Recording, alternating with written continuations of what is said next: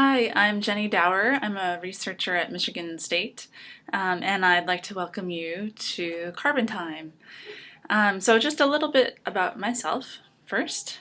I have a PhD in ecology, but my undergrad was in secondary education, and I have teaching credentials in the state of Pennsylvania. And I've worked for a while in education, developing curriculum, and have been interested in teaching science for a long time.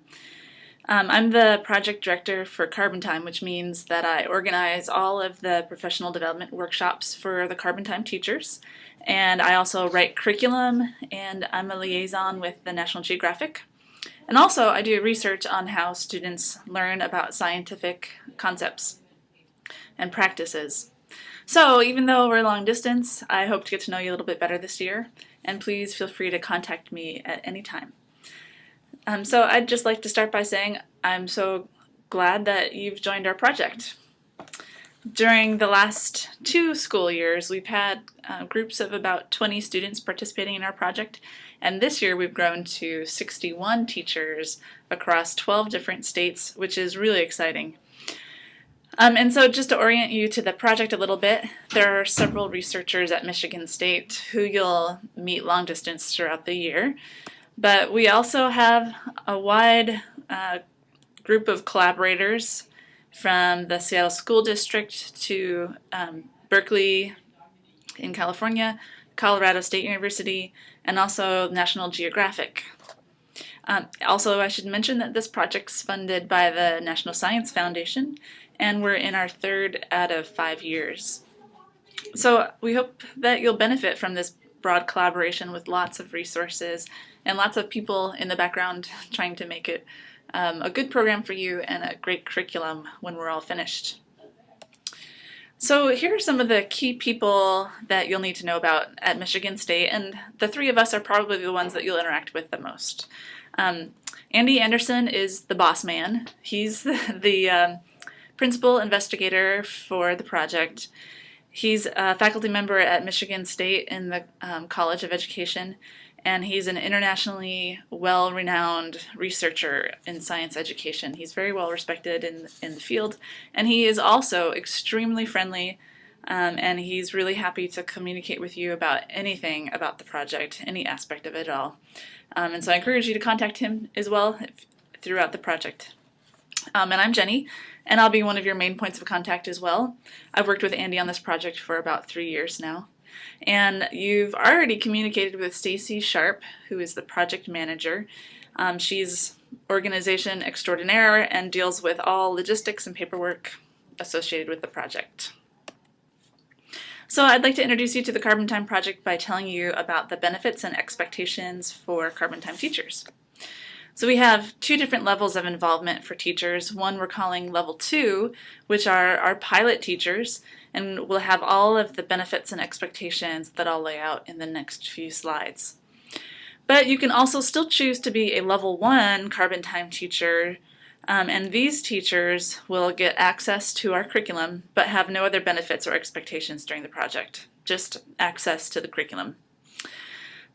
So during this first round of workshop, you'll get a little bit more familiar with what Carbon Time is all about and decide if the teaching materials are right for you and for your classroom. And then we'll give you another chance to decide whether you'd like to be a level 2 teacher or a level 1 teacher, and either one's okay with us. So for level 2 teachers, these are the benefits and expectations for being part of the project. So first of all, one of the benefits of being a Carbon Time teacher is access to our curriculum and teaching tools. There are 6 Carbon Time units, and each is about 2 weeks worth of material, and I'll introduce these materials later in the workshop. The new and revised Carbon Time units will be available in August through the National Geographic Education webpage, which you see here on the slide.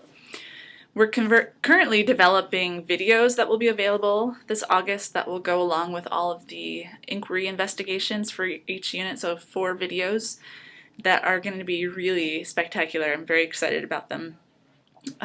They're fun and engaging, and I think will also help scaffold the inquiry investigations. But the major relevance for you is that we look to you to give us critical feedback on our units. We expect this to be a lot of work for you as a participant in the project, but ultimately one of the benefits is that your work will have a very broad impact.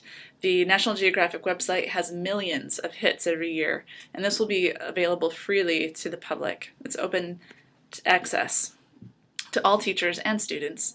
So your thoughtful feedback is extremely valuable to us. We take it seriously, and we take your feedback seriously. And the long-term and broad scope of this project is a benefit to you.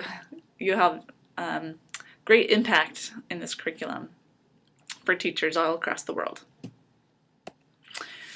So our project is working to develop a community of teachers across all of these 12 states and different locations that communicate in multiple ways. So we have a Facebook account that we can be happy to add you to, so you'd email Stacy if you're interested in that. And there's also a Twitter account. And also our newsletter, which you'll receive in the mail, called the Carbon Times. And all of our teachers in this project are excellent and engaged teachers, and we hope you take advantage of the opportunity to work with them and with us. We think that this will be a really interesting group of people, and I hope that we all enjoy communicating with each other. So we'll have more workshops this summer where we will train you to use all of our materials. And I think that the workshops will be fun and engaging, even though they will all be through this sort of forum, a long-distance communication. And the training will help you to use the learning progression framework, and it will help guide your teaching decisions. And we'll also train you to use student responses from our assessments as formative assessment for your teaching and classroom activities. So all of these workshops will happen online through our Group Spaces Carbon Time workshop webpage, which hopefully you're a little bit familiar with and have signed on to so far at this point.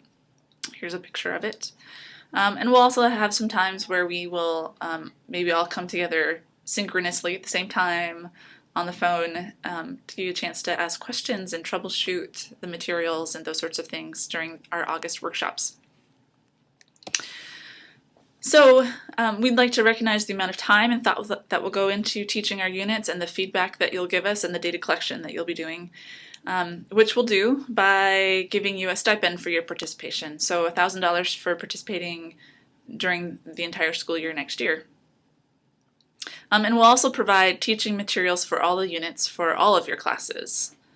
And some of those materials are in this picture here, like scales and BTB and the organisms that you're going to use. Okay, so here are the expectations for Carbon Time teachers. So we'd like you to teach at least 3 of the 6 units. You can teach more than 3 if you'd like, but we'd still like a full suite of feedback for at least 3 and student data for at least 3 of the units. You will participate in professional development workshops, which include 2 hours this spring, 2 hours in the early summer, and then 15 hours in August. And then we also expect probably 2 2-hour workshops during the school year. We also expect you to participate in all data collection, which I'll outline in the next slide. So the data collection for this year, which is a little different than last year, is it consists of assessments from 1 or more class. We want at least 25 students in total, so if your classes are less than 25, then we'd like data for 2 classes. But if you have classes that have 25, then just 1 focus class is fine. And you can teach Carbon Time in all your other classes as well, and we'll provide materials for all of your classes as well. But for the data collection, we need at least 25 students. And so the data collection includes the full test given this spring as a baseline test for brand new Carbon Time teachers. For teachers who have been in the project last year, this will be just your post-assessment this spring. And then you'll give the full test again in the fall of 2013 as a pretest, and then you'll give the full test again in the spring of 2014 as a post-test. The full test takes students about 45 minutes. And then for each unit that you teach, there's a 20-minute test that you'll administer before and after teaching a unit. So the tests can be used by you as formative assessment and summative assessment for your students. And all of the tests, the full test and the unit test, can be either on paper or online. And the online tests are taken through the NREL testing website, which you logged into to sign up as a teacher in Carbon Time. There's also a teacher questionnaire, which you'll take by June 10th this year, and then again at the end of the year. And the questionnaire is used for our research and also helps us to plan better workshops for you. And the questionnaire takes about 1 hour. And then, lastly, you'll also give us feedback and evaluations of all the lessons and activities that you've taught through the testing website. So at least 3 units. This is detailed feedback that will help us improve the units before public dissemination. And because it's so detailed, we highly recommend that you give us feedback on the units as you teach them. And we collect that feedback online through the testing webpage. Okay, just to orient you to the upcoming tasks for Carbon Time. So right now commences the spring workshop, and I've outlined all of the tasks that you need to do for the spring workshop, both in a Word document that we emailed to you, and then it's also on one of the tabs in the web page. Let me know if you have any questions about any of those tasks. So the purpose of this workshop is to give you a little bit more information about the Carbon Time curriculum and about the project in general before you officially commit to being a Level 2 pilot teacher. And the spring workshop will also get you set up to administer the Carbon Time full test to your students by the end of the school year. By now you should have logged on to our NREL testing site and know how to do that. And you should also have an account with Group Spaces for the workshop webpage. So be sure to post a picture of yourself and a little bit of information about you so we can get to know you. And then you'll administer the full test by the end of the school year. So again, this is the baseline test for new teachers and the post-test for continuing teachers. And then you'll take the teacher questionnaire before June 10th.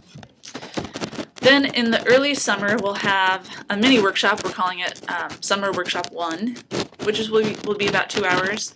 And the purpose of this will be to have you learn a little bit more about the units, and then so you can figure out which ones you'll be teaching, and then order the materials by July 8th. And once you order the materials, you're kind of locked into those specific units, and then those are the units that you'll be trained on to teach in August. So order materials July 8th. And then the Summer Workshop 2, which will be more like 15 hours, will occur during the month of August. And in this workshop, we'll do more of the heavy lifting, where we'll train you to use learning progressions and to understand student thinking in terms of the assessments that we give students as part of Carbon Time, and formative assessment for how to use the curriculum based on the tests that you've given. And we'll train you to use all of the units and the materials in the units, and using the National Geographic webpage. And then finally we'll have some workshops during the school year too. We think about 2 hours each, but those will be announced as we go. So thanks for listening. We look forward to talking to you more about the project, and please always feel free to contact us with any questions. We know it's hard long distance and it can be sometimes a little bit awkward, but we'll get used to each other as we go, and we're excited that you're here, and we'll talk to you soon.